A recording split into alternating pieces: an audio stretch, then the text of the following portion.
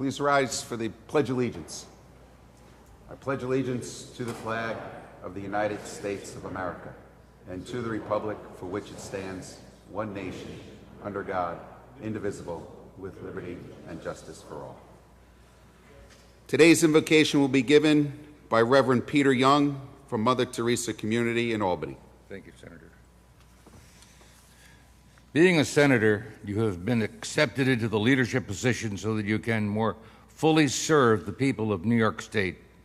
It's a difficult position that you will be required to do endless constituency events and meetings, always concerned for the necessary campaigning expenses, and that time for your family matters with priorities put on a tremendous pressure on all of your dedicated lifestyles. We know that your personal lives are put on this tension and keeps the attention on the calendar of this day so that you can then fulfill your commitment and responsibilities, and we thank you for being a public servant. In this more dedicated spirit of community, our prayer today then will be to better achieve the strength that you need as senators so that you will be able to be that dedicated representation in the power that is entrusted to you by our legislative leadership. May you attain your satisfaction in your services to your constituents. Amen. Yeah,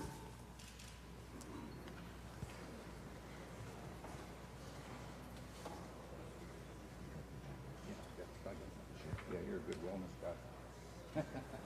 Thank you. Thank you. Careful.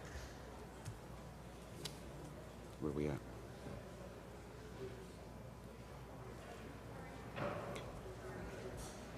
We'll have a reading of the journal.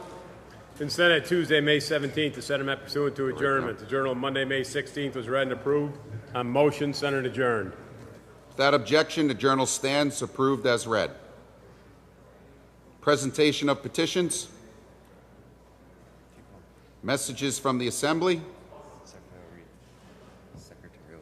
Secretary will read.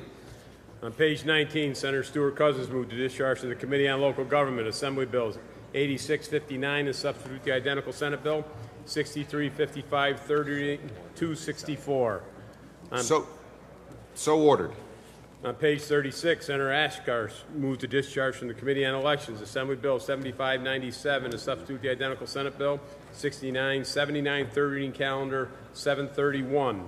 So ordered. On page 44, Senator Savino moved to discharge from the Committee on Banks Assembly Bill number 9480 and substituted the identical Senate Bill 7184, third reading calendar 819. So ordered. Messages from the Governor. Reports of standing committees. Reports of selected committees. Communications and reports from state officers. Motions and resolutions. Senator DeFrancisco. Yes, Mr. President. I wish to call up Senator Marchionne's bill print number 5857A, recall for the Assembly, which is now at the desk. Secretary will read. Calendar number 171 by Senator Marchionne, Senate Print 5857A, an act to authorize. I now move to reconsider the vote by which the bill was passed. Call the roll on reconsideration. Addabbo, Flanagan, Klein, Stewart, Cousins, Young, ayes 42. I now offer the following amendments. Amendments are received and the bill retains its place on the third reading calendar.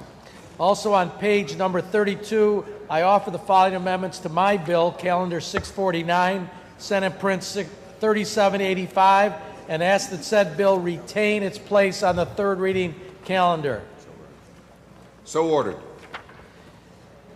On page 22, I offer the following amendments to calendar 344, Senate Print 1909A, a bill by Senator Marcellino, and ask that said bill retain its place on the third reading calendar. So ordered. Now, can you now take up, what about this one here?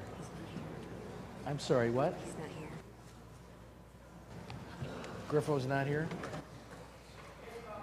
Adopted Resolution 5620 by Senator Kaminsky, and read the title only and call on the senator, please. Secretary will read.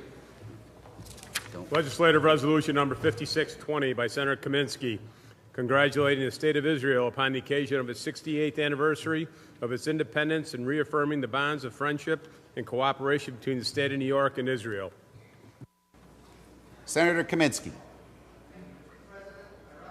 Commemorate the 68th anniversary of Israel's independence and to reaffirm the bonds of friendship between our state and the Jewish homeland. This past Thursday, we celebrated Israel's establishment as a sovereign state, as a homeland for the Jewish people, a bastion of freedom and democracy. Rising from the ashes of the Holocaust, Israel has come to embody the true meaning of perseverance and resilience. She's overcome seemingly insurmountable challenges since 1948 and has had to defend itself time and time again against enemies seeking to destroy it. Today, Israel stands proudly as the Middle East's sole true democracy, rooted in equality and freedom, as the nation thrives in the ancestral homeland of the Jewish people. Bound by its steadfast commitment to freedom and democracy, New York and Israel share an unbreakable friendship as economic, strategic, and cultural partners. We, as a body, have stood together to condemn the vile BDS movement and its thinly veiled attempt to harm Israel while desensitizing our young people to the anti-Semitic movement it truly is. Last December, I was proud to have attended with an Assembly delegation a visit to Israel with my colleagues on a mission to the Jewish state, where we saw firsthand the prosperity that Israel has built, along with its security challenges. We were down on the Gaza border in a town called Sderot, and we left that town at 2 o'clock in the afternoon. Just 2 hours later that day, the air raid warning sound as a rocket was fired from Hamas toward that area. The challenges still exist every day, even while the country continues to advance and thrive. So I therefore offer this resolution to recognize that Israel has made tremendous advancements in science, medicine, and technology, its economy prosperous, its agriculture bountiful, and its innovation astounding. It is a true testament to what freedom and democracy can accomplish, and I'm proud to recognize the anniversary of its independence today. Thank you, Mr. President. Senator Stavinsky. Mr. President, and thank you, Senator Kaminsky, for those words about the establishment of the State of Israel, and particularly for your comments condemning the BDS movement, which has been the subject of so much discussion, even here in this chamber. Hopefully, there will be a solution to some of the crises in the Middle East, and Israel will continue to flourish. But I really wanted to thank Senator Kaminsky for his comments and for his support of the State of Israel. Thank you. Thank you, Senator Stavinsky. Senator Martins.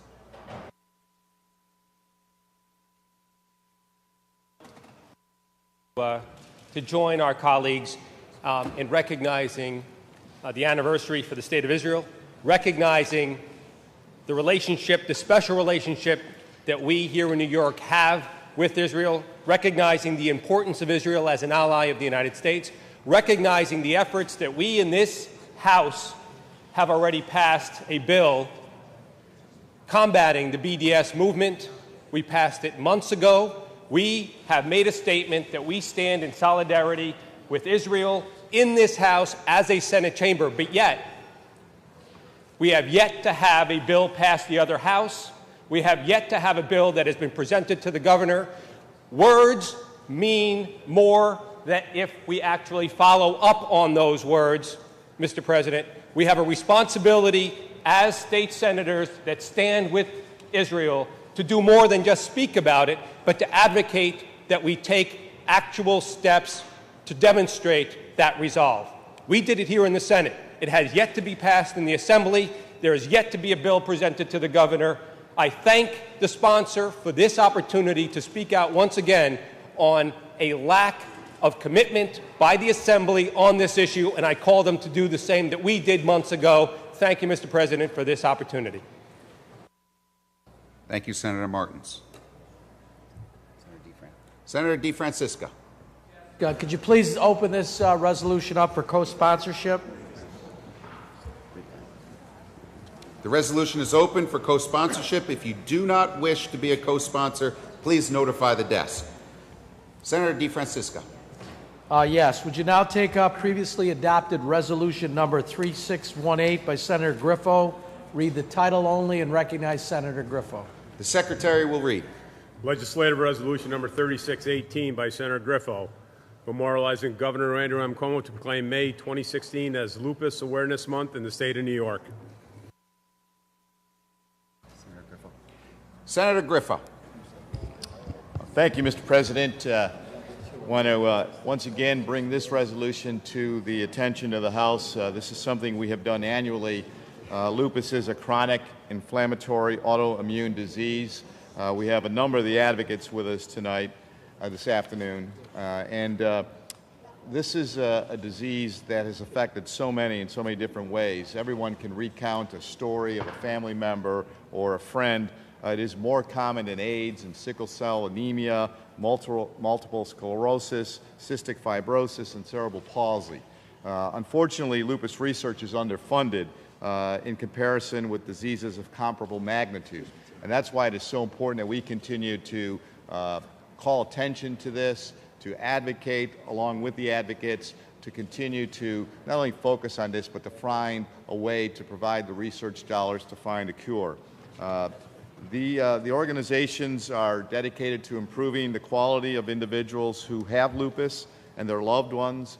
We want to talk about public education and support, again, more research and promoting more programs of awareness. So today I am honored to have with us Kathleen Arnston and a number of lupus advocates from across the state of New York. If you would just please rise and be recognized.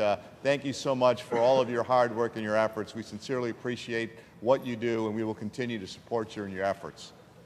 Mr. President.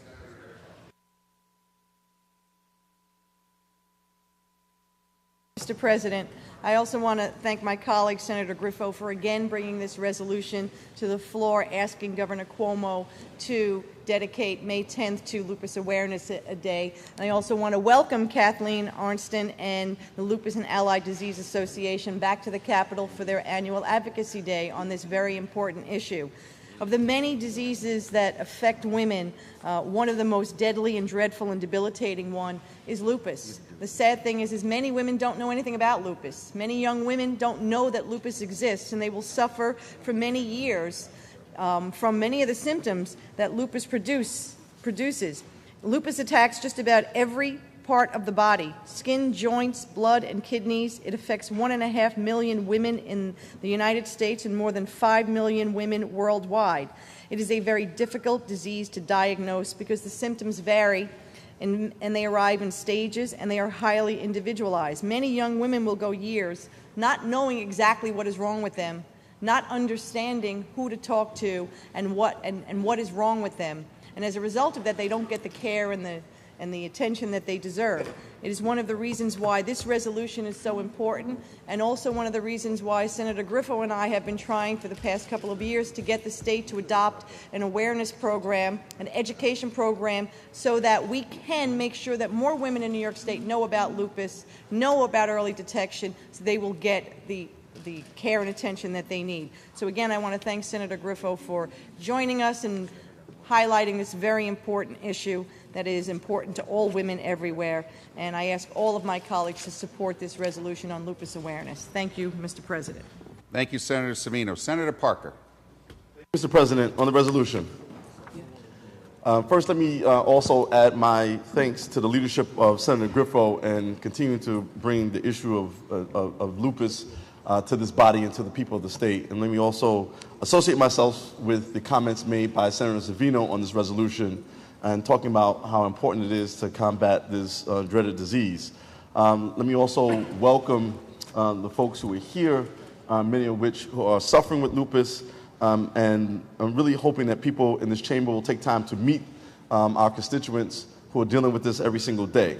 If you don't know, lupus is an autoimmune disease where the body's immune system becomes hyperactive and attacks normal, healthy tissue. And the results and the symptoms, such as inflammation, swelling, damage to the joints, skin, kidneys, blood, heart, lungs, hair loss, bruising, anxiety, depression, headaches, and memory loss, amongst a few of the things that people are suffering with when they have this horrible disease.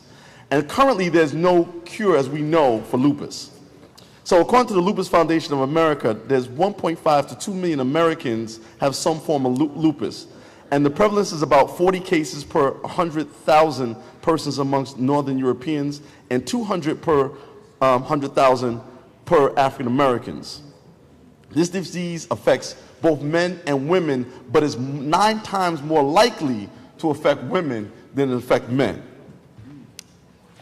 And so although there's no disease, there's no cure for this disease, members of this body have been working on it. As you heard Senator Zavina indicate that her and Senator Griffo have a bill that would do some education in the state of New York around lupus education.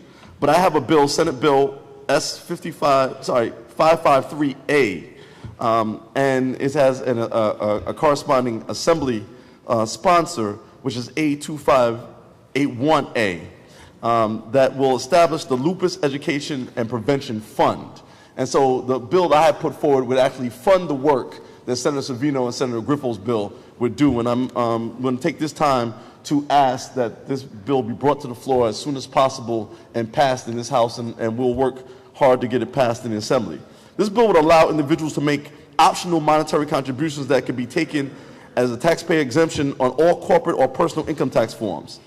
This bill would give corporate and individual taxpayers the option to contribute to the cancer education and prevention program through voluntary contributions that would provide a source of funding for research and study into the causes and the cure for lupus. With this in place, I believe that we can begin to focus on the approach dedicated to finding a cure for lupus. And I sincerely urge my colleagues in the Senate and the Assembly to both first co-sponsor this bill and then let's move together for passage.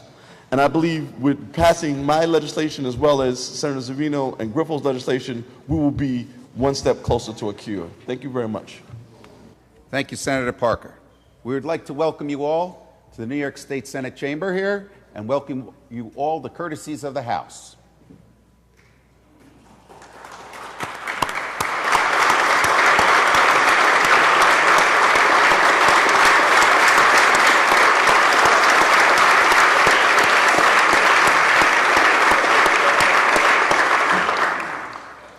Senator DeFrancisco. Could you please open that resolution up for co-sponsorship? The resolution is open for co-sponsorship. If you do not wish to be a co-sponsor, please notify the desk. Senator DeFrancisco. Next, would you take up previously adopted Resolution 5718 by Senator Kennedy, read the title only, and call on Senator Kennedy. Secretary will read. Legislative Resolution number 5718 by Senator Kennedy, commemorating the 75th anniversary of the production of Cheerios in Buffalo, New York.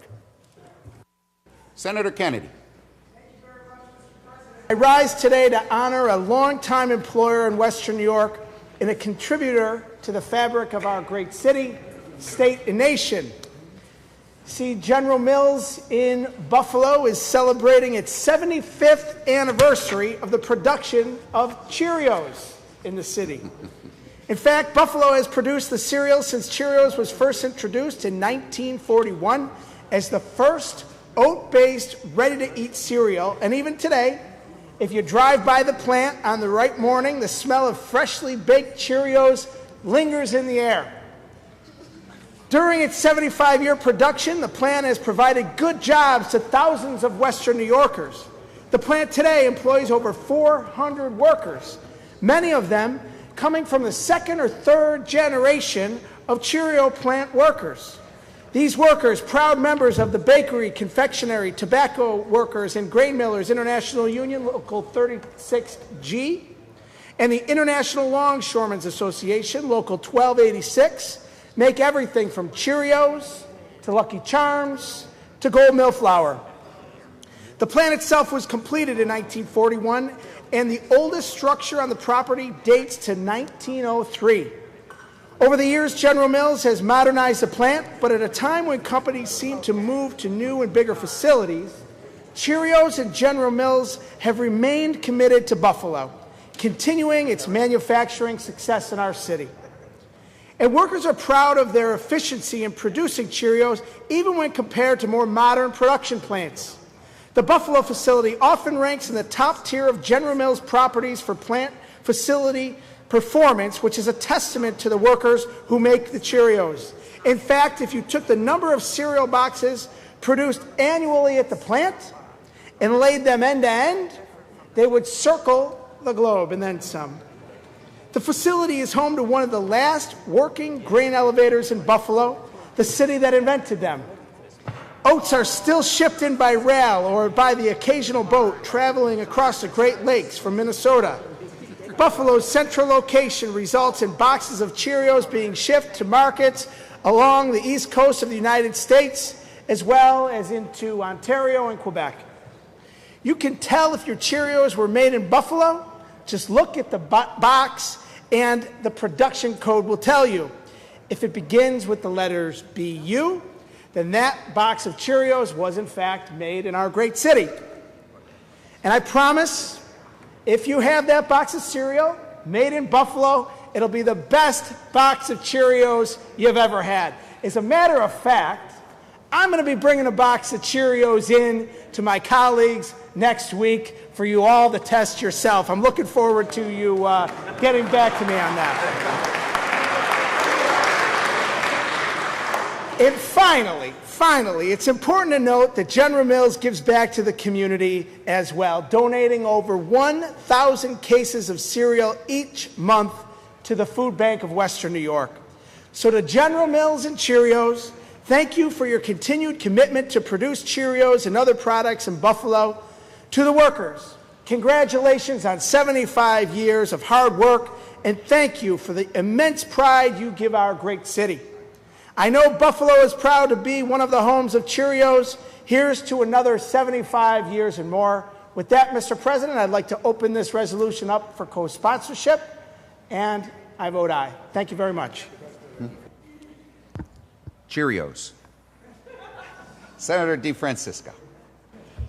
Yes, it's quite obvious, based upon the energy that was just expressed in that resolution, the remarks on the resolution, that Senator Kennedy had several boxes of Lucky Charms this morning for breakfast. And I also just wanted to mention that it's a good thing. It's a good thing that this product is being made in Buffalo, especially the Lucky Charms, because if it was manufactured in the city of New York, there might be an elected official that want to limit the size of the box because it may not be good for you. So congratulations, Buffalo. Thank you. Thank you, Senator DeFrancisco. Senator Kruger. Thank you. He's not an official of the city of New York anymore. It's okay, Senator. You don't have to live in fear anymore about size limits on your food products. I want to congratulate Senator Kennedy on his resolution honoring 75 years of Cheerios. But I also just wanted to point out that if you look further back in the history of cereal in this country, New York State, our state, was the creator of the very first recognized breakfast cereal back in 1863. It also was produced and invented in Western New York, although not Buffalo, and it was called Granula, and it was invented in 1863 by James Caleb Jackson, who had a health sanatorium in Dansville, which I believe is in Senator Young's district. But back in 1863, New York State was leading the country in recognizing the value of breakfast cereal, and clearly that message was picked up at a later date by the Cheerios folks in Buffalo, New York. So thank you for educating us on cereal, Senator Kennedy. Thank you, Senator Kruger. This resolution will be open for co-sponsorship. If you do not wish to be a co-sponsor, please notify the desk. Senator DeFrancisco. Yes, could we now recognize Senator Venditto for the introduction of some students? Senator Venditto. If you have the privilege... We get a little order in the House.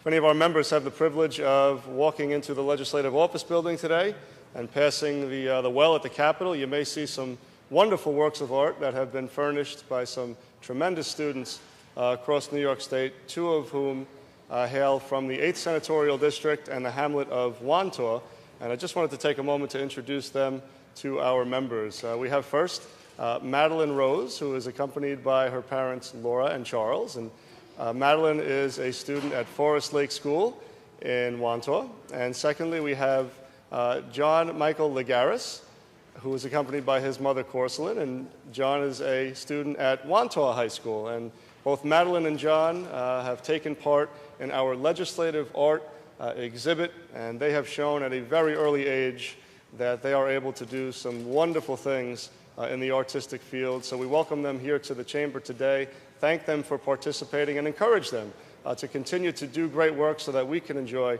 the fruits of their talents. Congratulations to you, Madeline and John, for being selected to be part in our exhibit today, and welcome to the Senate Chamber. Thank you, Mr. President.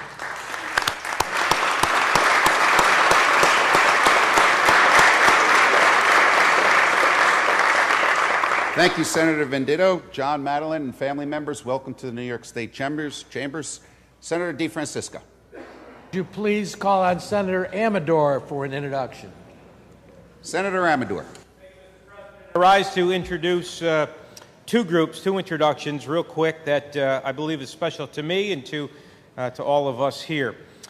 Before the first group, we have a group of young students. They are seniors from Fonda Fultonville High School in Montgomery County, and they are here at the Capitol today as part of their College in the Classroom government class. And I've had an opportunity to meet with them and to talk and to answer their questions, but also had the privilege of introducing Senator Larkin to them, and he spent some time with them to share some of his stories, and we all know the stories of Senator Larkin. They have with them the Superintendent Tom Cruccio, as well as a special honor to introduce Barbara Baker, who is the Instructor of the Year of the Regional Technology Teacher of the Year, who has been nominated and awarded that honor and that designation. So thank you for all of your hard work and your dedication for the students. The second introduction is very important to all of us because these two young ladies are Blue Star moms. And Blue Star moms, we all know, we all have them in our district. They are here today touring the Capitol and actually shadowing me and going around and seeing how things work. And I am honored to have both of them from my district, and that is Robin Johnson and Donna Vickery, who are here today. So thank you so much for your dedication, your love of country, and we pray for you and the protection of your loved ones who are serving in our armed forces. Thank you, Mr. President.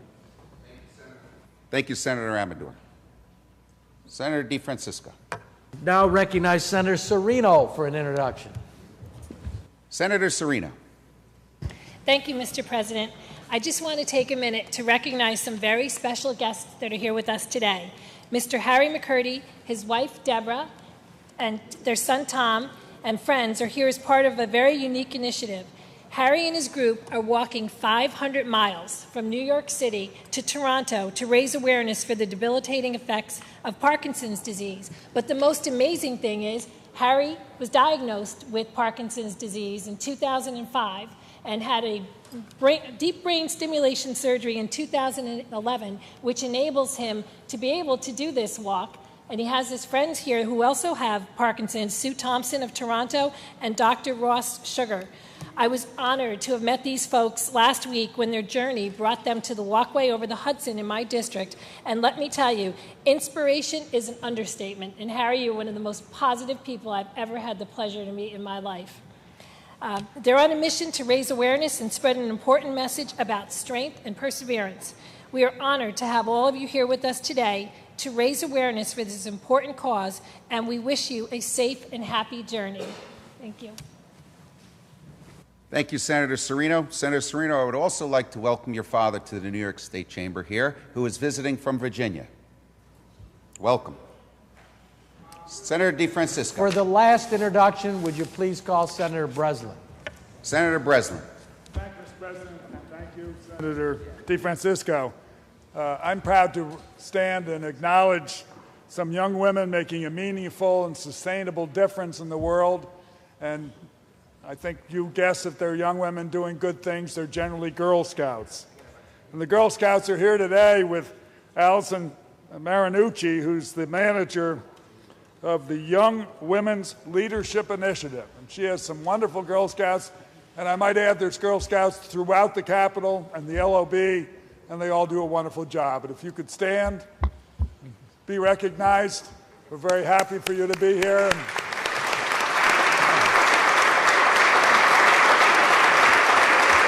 Thank you, Allison. And thank you, Cheerios. Thank you, Mr. President. Thank you, Senator Breslin. The Girl Scouts of America, welcome to the New York State Senate chambers. Senator DeFrancisco. It's obvious that some of them have been in parades before. They had the wave down pat. Can we now take up the non-controversial reading of the calendar? The Secretary will read. Calendar number 264 by member of the Assembly Pretlow, Assembly Print 8659, enacted under the local finance law. There's a home rule message at the desk. Secretary, read the last section. Section 2, this act should take effect immediately. Read the last. Call the roll. Addabbo, Flanagan, Klein, Stewart, Cousins, Young. Announce the result. Ayes 56. The bill is passed. Calendar number 330 by Senator Martin, Senate Print 6685, an act to authorize. Read the last section. Section 2, this act should take effect immediately. Call the roll. Addabbo, Flanagan, Klein, Stewart, Cousins, Young. Announce the result. Ayes 55, nays 1. Senator Bonasek recorded in the negative. The bill is passed. Calendar number 691 by Senator Hannan, Senate Print 5458C, an act to amend the public health law. Call the roll. Section 2, this act should take effect immediately. Addabbo, Flanagan, Klein, Stewart, Cousins, Young. Senator Hoylman. I'm voting in the negative because I want my colleagues to understand that this is truly a seismic shift in the way we operate healthcare in New York. This is a backdoor allowance that will allow the corporatization of physicians' offices. Really, in my opinion, putting profits over the well-being of patients. I would urge us to put the pause button on this model and conduct a study. In fact, Mr. President, one of my first bills in the Senate, which I worked with Senator Hannan on, was to instruct the Department of Health to look at the issue of urgent care centers. Let's get some regulations from the Department of Health to determine how urgent care centers should be regulated. That was one of my first bills over 3.5 years ago. To this date, Mr. President, the Department of Health has not conducted or issued the results of that study. I'll be voting no. I believe the Hippocratic Oath is do no harm, not make lots of money. Thank you, Mr. President. Senator Hoylman will be recorded in the negative. Announce the results.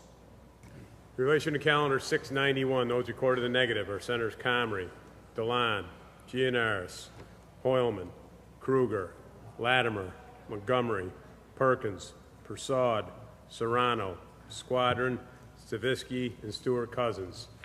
Ayes 43, nays 13. The bill is passed. Calendar number 731 by Member of the Assembly Kuzik, Assembly Print 7597, an act to repeal subdivision 8 of Section 4104 of the election law. Call the roll. Section 2, this act should take effect immediately. Addabbo, Flanagan, Klein, Stewart, Cousins, Young. Ayes 56. The bill is passed. Calendar number 750 by Senator Marcelino, Senate Print 6504, an act to amend the education law. Call the roll. Section 3, this act should take effect immediately. Addabbo, Flanagan, Klein, Stewart, Cousins, Young. Ayes 56. The bill is passed. Calendar number 752 by Senator Marcelino, Senate Print 6507, an act to amend the education law. Read the last section. Section 35, this act should take effect July 1, 2017. Call the roll. Addabbo, Flanagan, Klein, Stewart, Cousins, Young. Ayes 56. The bill is passed. Calendar number 765 by Senator Gallivan, Senate Print 405, an act to amend the vehicle and traffic law. Read the last section. Section 3, this act should take effect immediately. Call the roll. Addabbo, Flanagan, Klein, Stewart, Cousins, Young. Ayes 56. The bill is passed. Calendar number 766 by Senator Gallivan, Senate Print 437, enact amend the highway law.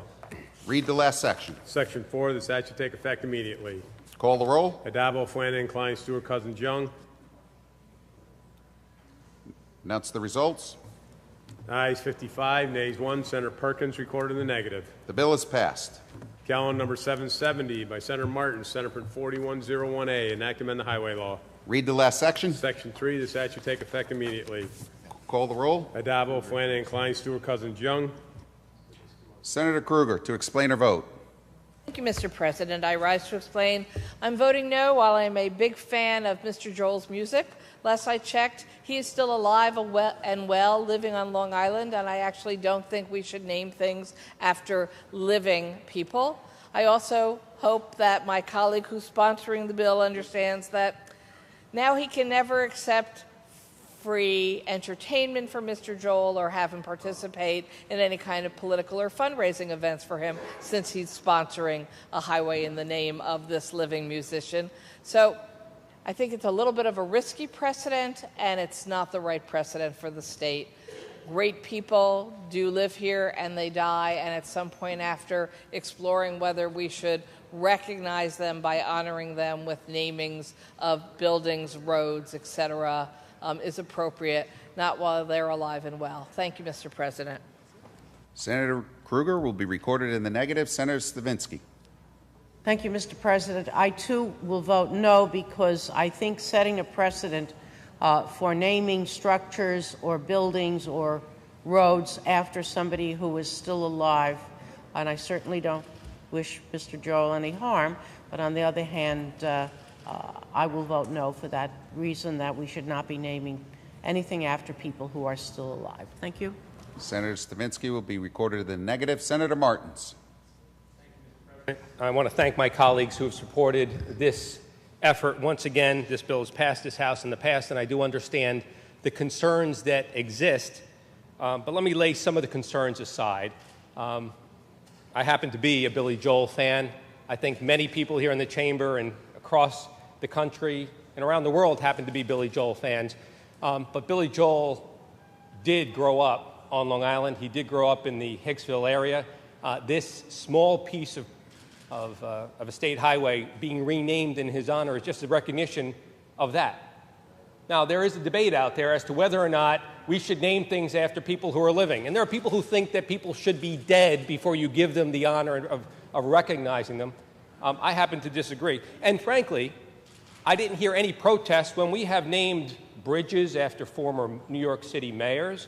We have named office buildings after former New York City mayors. We've had people in this chamber who have gotten up and complained about naming things after people who are still alive, who were at those events and stood at those events and yet have voted no. So I would say this. I've had the privilege in my life to serve in different capacities in public office. And one of the great privileges of my life was, as mayor of the village of Mineola, being able to recognize an individual who had exceptional service to the community by renaming the pool after him, the village pool. So we now have the John S. Devanzo Village Pool in the village of Mineola. John passed away a few years back, but before he passed, he had the privilege of knowing that his community honored him and to be there for that presentation. There's something special about that, Mr. President, the ability to honor people in the moment and to let them know that their efforts in their lives and that their achievements in their lives are being recognized not only by their peers, by people at large and by the public. Billy Joel is a person who deserves such a recognition. For those who supported this bill, thank you. For those who didn't support the bill, I know you'll reconsider and perhaps vote for it next time. Mr. President, thank you. Senator Martins will be recorded in the affirmative. Announce the results. Ayes. In relation to calendar 770, those recorded in the negative are Senators Hoylman, Kaminsky, Kruger, and Stavisky. Ayes 53, nays also Senator Perkins. Ayes 52, nays 5. The bill is passed. Calendar number 773 by Senator Ranzanoff for Senate Print 4462, enacted on the vehicle and traffic law. Read the last section. Section 2, this act to take effect on the 120th day. Call the roll. Adabo, Flanagan, Klein, Stewart, Cousins, Young. Ayes 57. The bill is passed. Calendar number 804 by Senator Carlucci, Senate Print 1971, Act amending executive law. Read the last section. Section 3, this act to take effect immediately. Call the roll. Adabo, Flanagan, Klein, Stewart, Cousins, Young. Ayes 57. The bill is passed. Calendar number 818 by Senator Savino, Senate Print 7183, an act amending the banking law. Read the last section. Section 2, this act should take effect immediately. Call the roll. Adabo, Flanagan, Klein, Stewart, Cousins, Young. Announce the results. Ayes 56, nays 1. Senator Rollbach recorded in the negative. The bill is passed. Calendar number 819 by Member of the Assembly Jean-Pierre, Assembly Print 9480, enactment Chapter 526 of the laws of 1998. Read the last section. Section 2, this act should take effect immediately. Call the roll. Adabo, Flanagan, Klein, Stewart, Cousins, Young. Ayes 57. The bill is passed.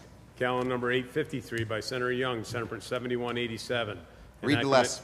An act to amend Chapter 142 of the laws of 2014. Read the last section. Section 4, this act should take effect immediately. Call the roll. Adabo, Flanagan, Klein, Stewart, Cousins, Young. Announce the results.